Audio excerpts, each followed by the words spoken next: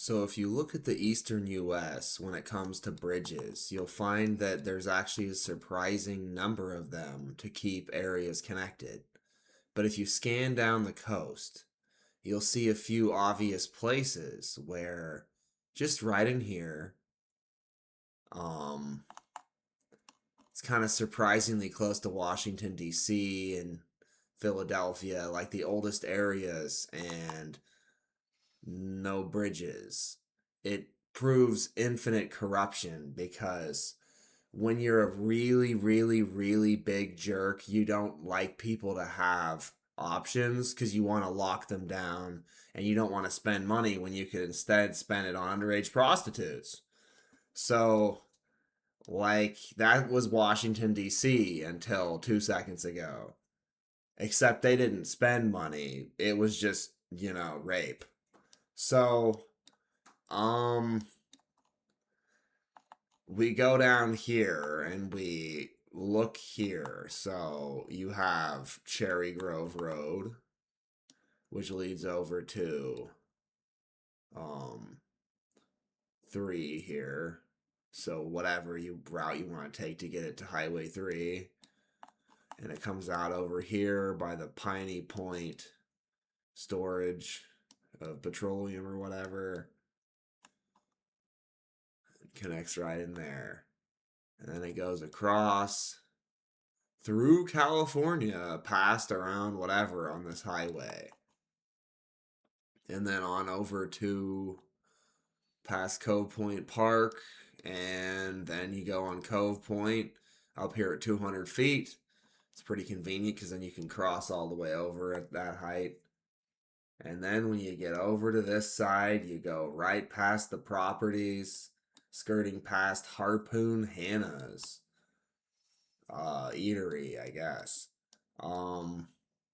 Boggs Gut. So you get to Meekins Neck Road and it goes past St. Mary's Star of the Sea Catholic Church. And there you are. Now you're out into this area. Now the only other spot that I saw anywhere, like there's a bridge here, right? That is missing a bridge that should be there, is here. This is the only other spot. So let's build it together. So let's see here. Here's the highway coming in here. Good enough. Okay. And here's Queens Road, Post Road. Oh, they haven't built a bunch of annoying houses out to the point. Well, that's convenient. Oh, this is an easy one. Now, what I was going to point out is on all these points, there's usually a lighthouse. Oh, here it is on this one. In any case, when you're putting in the bridge, of course, you have lights on the bridge, and then that works as lighthouses. And then ships know exactly at night because of the bridge where the whole area is they're supposed to go. It's pretty easy then, isn't it?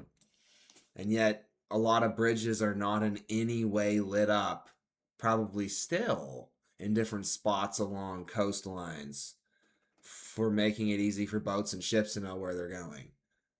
You don't have to burn that much light. It's just about strategic angles and stuff. And then putting a lighthouse on top of one end of the bridge or another. Or both. Okay, so we come right in here, easy squeezy. And come right off of this road. They can move their parking lot or do whatever.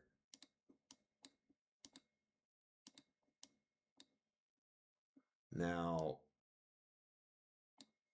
probably want to have it a little in like that, and then come out like this. And then we cut straight across. Look at that, Cape May. Look at all that stuff in the way. So there's several things that could be done. The Sunset Boulevard, it goes straight to the ocean. Like it's just wants there to be a bridge over there, but that's kind of off to the side.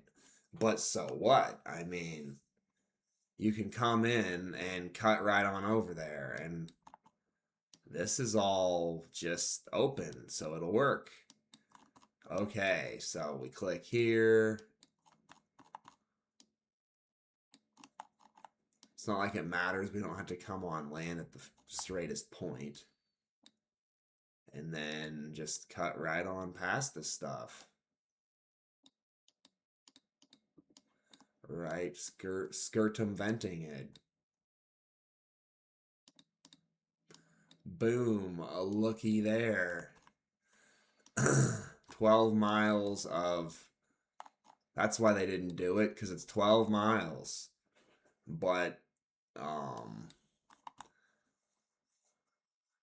with new methods I've described, I think it can be done quicker and cheaper. What do we call this one? Cape Henlopen Bridge? Or do we call it Cape May Bridge?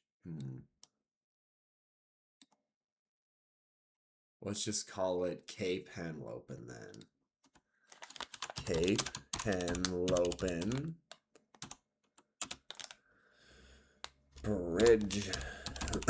And that's it. See, what really I always get sense out of this is places that are being really big control freaks, they don't want bridges like DC because they want everything to flow through DC. And originally it was a big spoke and that all fell apart into shattered shreds of sugar. So these bridges, when you add in these ones getting you past the populous areas, you can avoid it. Super important. I repeat, they want to suck you into their cities, so then you get in an accident and then you're forced to deal with their whole bullshit system. So anyways,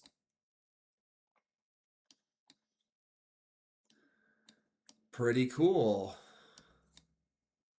Then you could actually drive. Here's my concept. And train. You always put trains in on these bridges as well, so that people from New York can quickly go southward and avoid Washington Trap, DC, and keep going south, all the way down as far as they want. Can they really do that currently? Hell no. Not by train and not even by car. And that proves the tyranny of the system. Same with New York. Total bullshit. Me and Grant talked about years ago how they should put in new tunnels and stuff. It was all worked out. And now they're finally doing it. Now, if we go over here, they're talking about putting a bridge in, like at Bridgeport, right? Now, that's going in no matter what. But it's 50 years too late. So, sure, it'll be great and it will make it so all of this congested city moving out into the island can cut across to the north, to the center north, into Connecticut. But say you want to go straight to Boston, off from Long Island, very common, very, very common. And like they said in other videos, trying to go out around New York City, it's not like they're going to give you an option that's fast. I mean, there's no bridge here. You have to go through the downtown city, all of it, forever. It's absurd. So now they got this all locked down with fancy neighborhoods and everything. So there's no point in trying to convince people currently there should be bridges along here anywhere, probably. Those are some elitists. But because there was always inevitably going to be a bridge to Bridgeport, then I'm not here to discuss that. I'm here to discuss that we come over here and we make a bridge across these shallow areas. There's even islands for it. Orient Point Lighthouse. How cute. And this is like a state island here. And you come out the side of it the sluice way. None of the sea's very deep here. It's only 30 feet here? Ships can't even get through there. So ships would have to come over here to 70 feet. 131. Okay, that's where they come in through here. It gets up to 200, 300 feet for this little section here. So in that area, right, at least, it has to be high enough for ships, which everybody knows that, how bridges, how they have them go up higher in certain sections. Because there's no point in having the entire bridge at 200 feet. I mean, that seems excessively expensive. It adds price. Great Gull Island's all abandoned and ready to go for a bridge.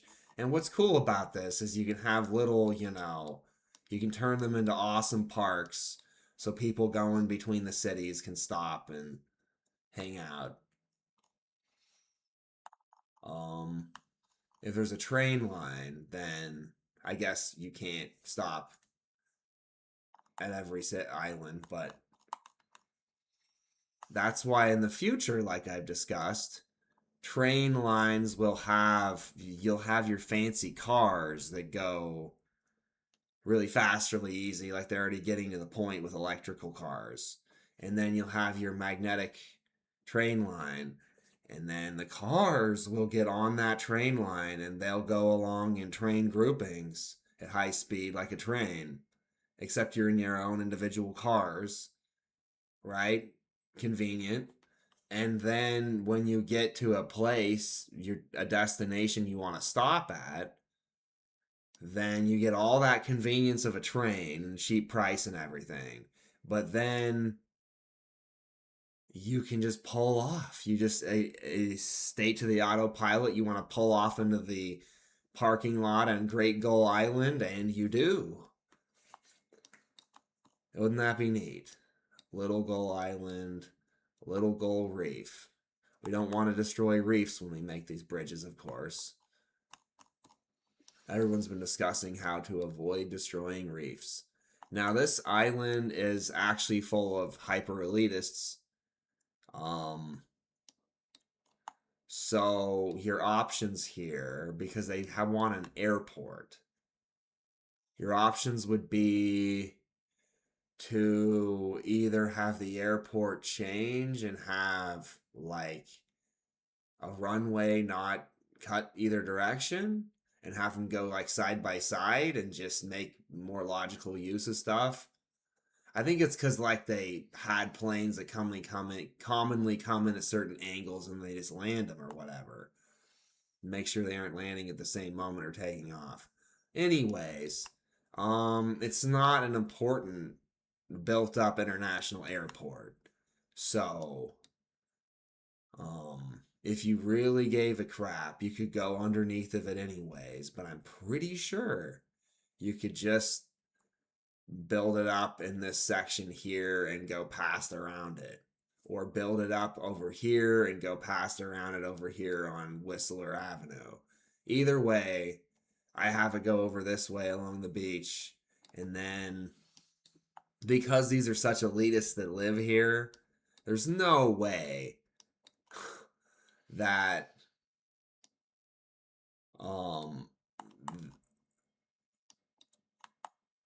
these lobbyists will let this road go through here, right? Especially because there's this alternative where these people that are just mega elitists but aren't, running the government for 300 years elitists, they're just the next step down, close nearly. Then they, get trod on with the bridge over and through.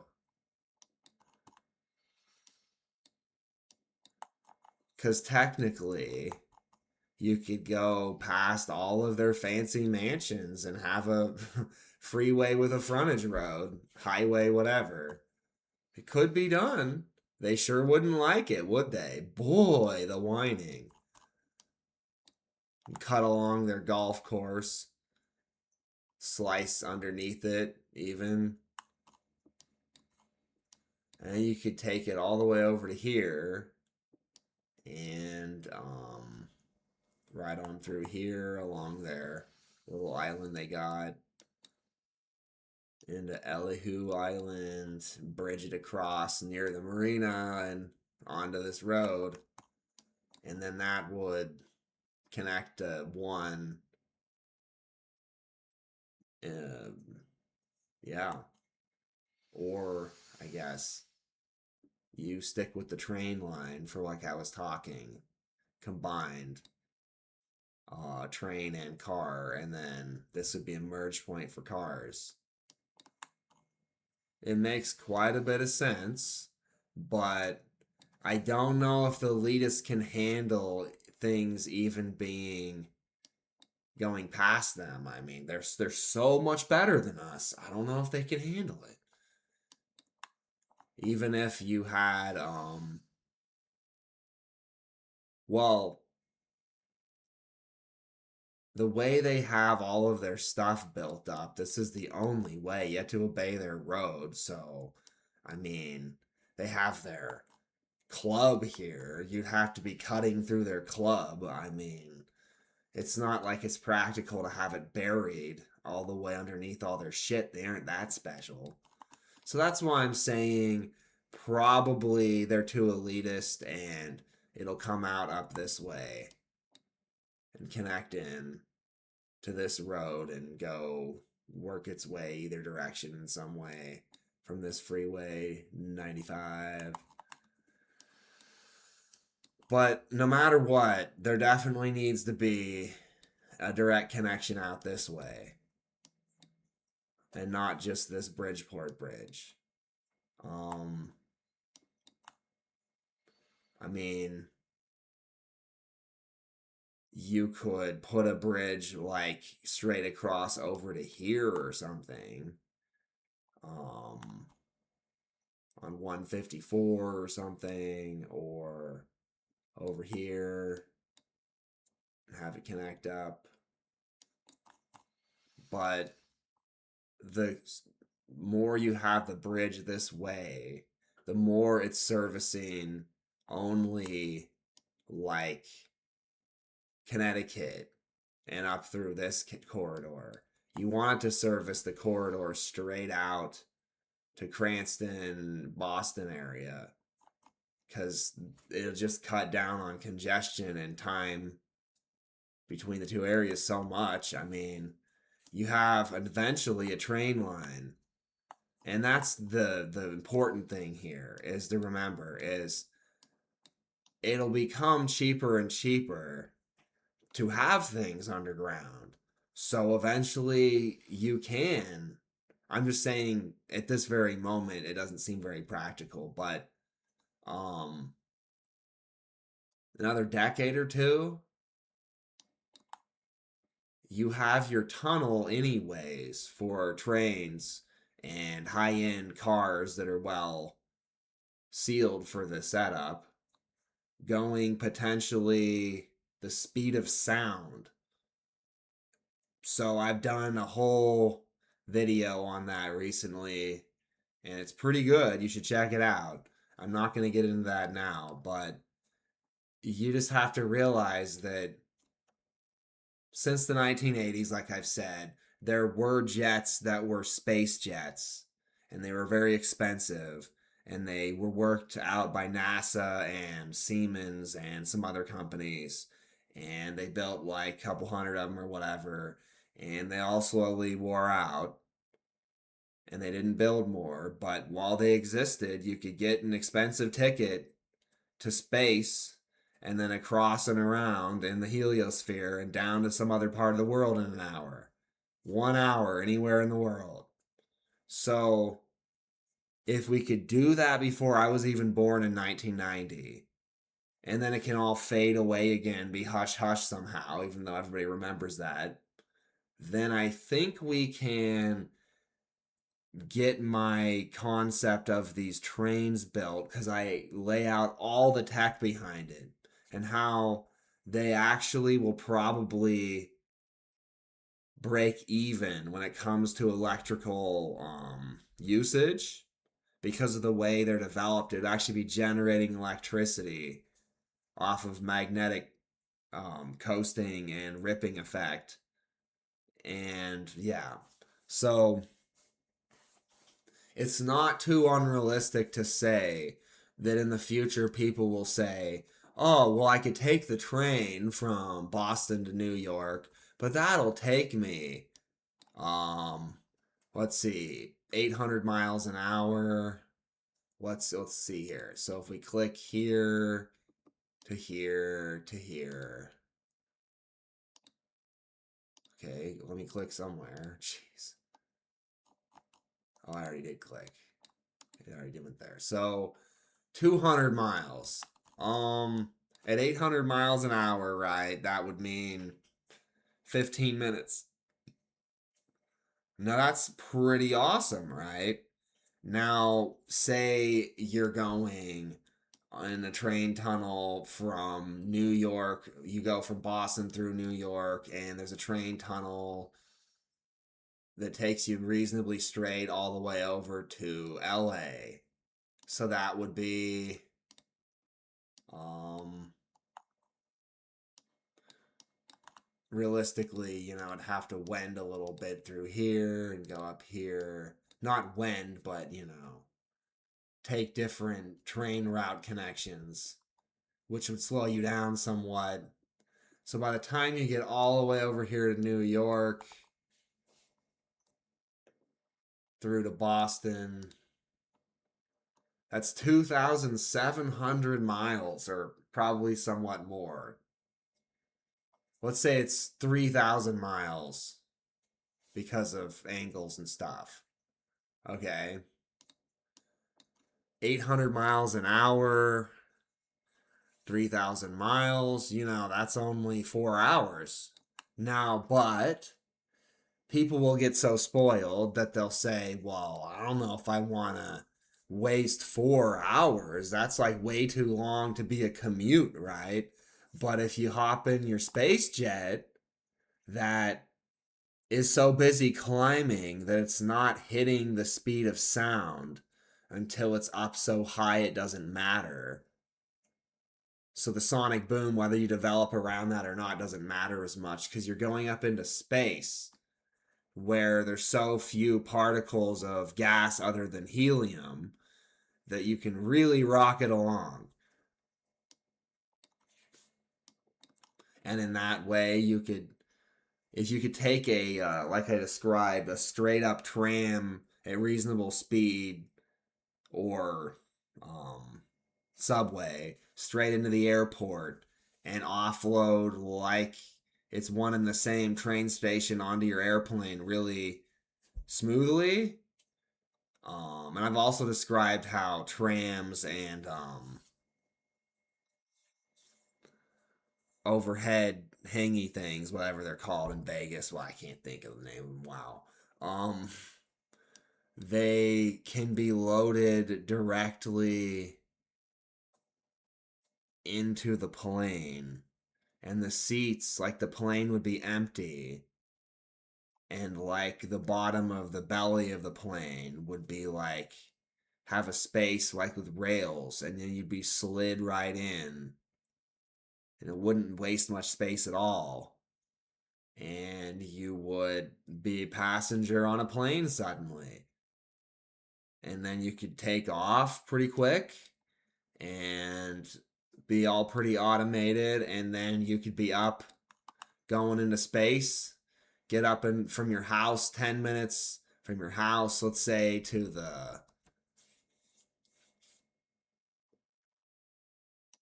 your airport because everything's actually streamlined and there's actually bridges and underpasses everywhere correctly for all the cities under the oceans and stuff or bays.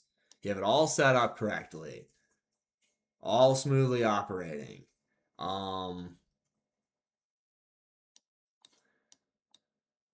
Now, the thing is, they had to have pretty long runways for these jet planes in the past in the 80s. I'm pretty sure at this point you could probably refine the tech. You could have it down, of course, to smaller strips and Cessna sized airplanes, um, so that there'd be more options for people to get places quicker with chartering and whatnot. So if you sum it all up, it would still, as tech gets more advanced and 4 hours by train, well, then you say, well, it's only 1 hour by airplane.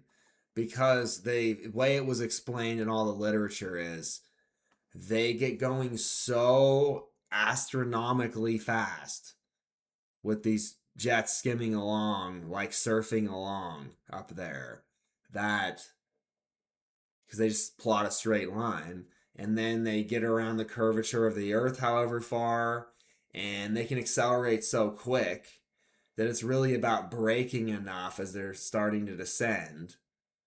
And they say that because of that a factor, that it only adds like 5 or 10 minutes. Say you're flying from New York to LA versus New York to, Australia or something.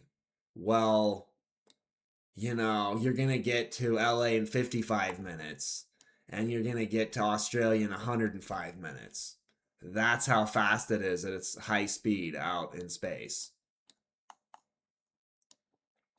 I think in the last video I made, I forgot to bring up, I mentioned the Tiwi Islands Bridge, but I forgot to point out this very crucial bridge that has to be built, because this is getting into where there's important coral reefs, so it has to be built smoothly, logically, without destroying everything.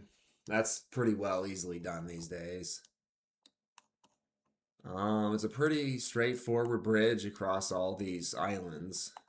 Because there's people living heavily on this one, you just cut along the edge of it using this road a little ways, and you could then branch off from it, and that can be like a connection into the bridge piece. Hammond Island. Remove the H and the ND, and you have Ammon. Or the H and the D. HD Ammon. Alright. Hawkesbury Island. You got all these cute little islands to use. And then when you get to this point, I would say probably you would do like a T of some kind or whatever, and then, or roundabout here. I don't know how you do it. And then it would go to either shoreline here too. Just because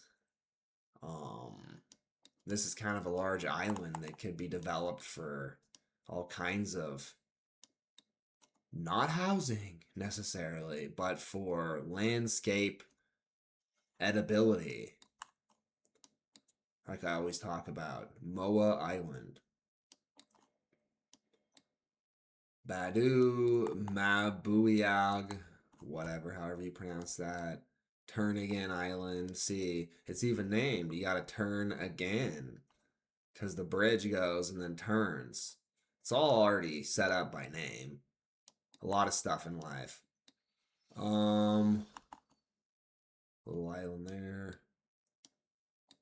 Go across this side of it and get up to 200 feet right in here, all convenient.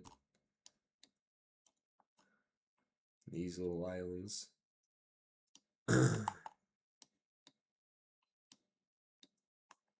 I came in here across this piece of land that's more, or not as swampy, but, or you could cut straight through more. And then this is all marshes, infinitely lowlands, so Saidabadu. You kind of have to go over here maybe across here a little bit, but get up to the actual land that's something. And then build your road out into Papua New Guinea. I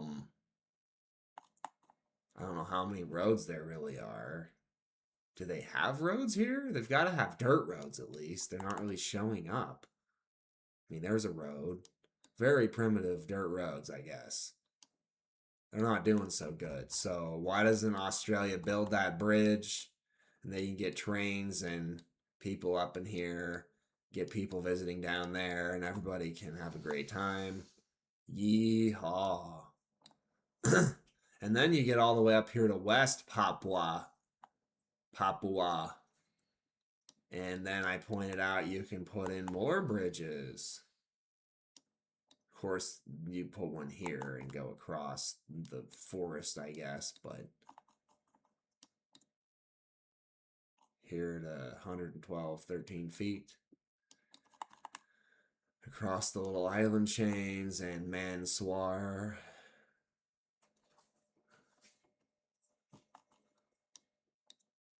Now, this is at 800 feet up here. So I figured you'd have to come in and switch back once or something. I'm not sure. And get up to the ridge line. And this is generally how you do it. You just run your roads right along the ridge line. Because then you got a great view for people going along. And it's just more convenient and logical, I think. And then you find the area where the slope is gentle enough, like right here, from 925 down to 250. It's just gentle enough. I mean, you could curve it if you need to a little bit. Or even make it even more gentle. Slowly over to here somewhere and go across straight more like this. Through these islands. Whatever. If you think this is too much of an increase in suddenly, you cut it differently. Probably should, now that I think about it. Instead of jogging it over like this, just bring it across over here more straight. Makes sense. Child Aid Papua High School. So, I always point out to people that if they've got everything too cluttered and something would supposedly have to be torn out, it not really, because you just put in your pillars and it's not like they're skyscrapers, they're just 1 or 2 story dwellings, so you can just kind of go right past and not really disturb too much. Up to 160, 70 feet, 200, yeah.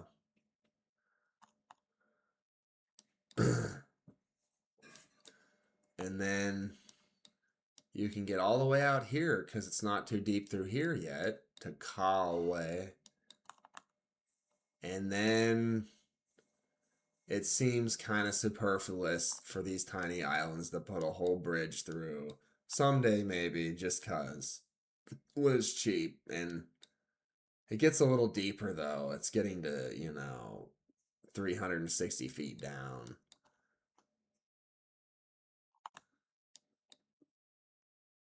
It's real deep out this way. It gets deep over here. So that pretty much dead ends the bridges from that direction. Unless it's perfected the concept of, floating bridges however deep underwater. And then, there's not prohibitive distance here. So you could have it down, so ships can go over it. And then with that, floating bridges, then there's no limitations. All the world can be connected quickly. Different angles that aren't otherwise possible. You could have this whole Maluku here connected directly in, and all these places.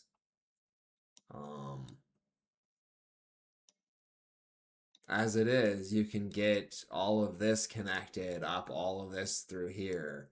But this is all in its own deep water zone, so not really possible to drive onto this area unless, like I said, you 16,000 feet down. Wow, yeah. It had to be floating all the way across. And that's just something that's out past, they have Vision 2030, right? Um, everybody's doing worldwide to get everything functional again and stop poverty and crime. So, Vision 2050 is about what I'm reaching to here, and that would be about the point where seriously they'd be putting in floating bridges everywhere. I'm not saying they won't start doing it much sooner than that, probably another few years, but just long floating bridges to do things like connect the island chains vaguely on Alaska and all that. That's a long ways off. That's just too expensive probably. Even if the weather's great in another decade or two, then yeah, we'll see.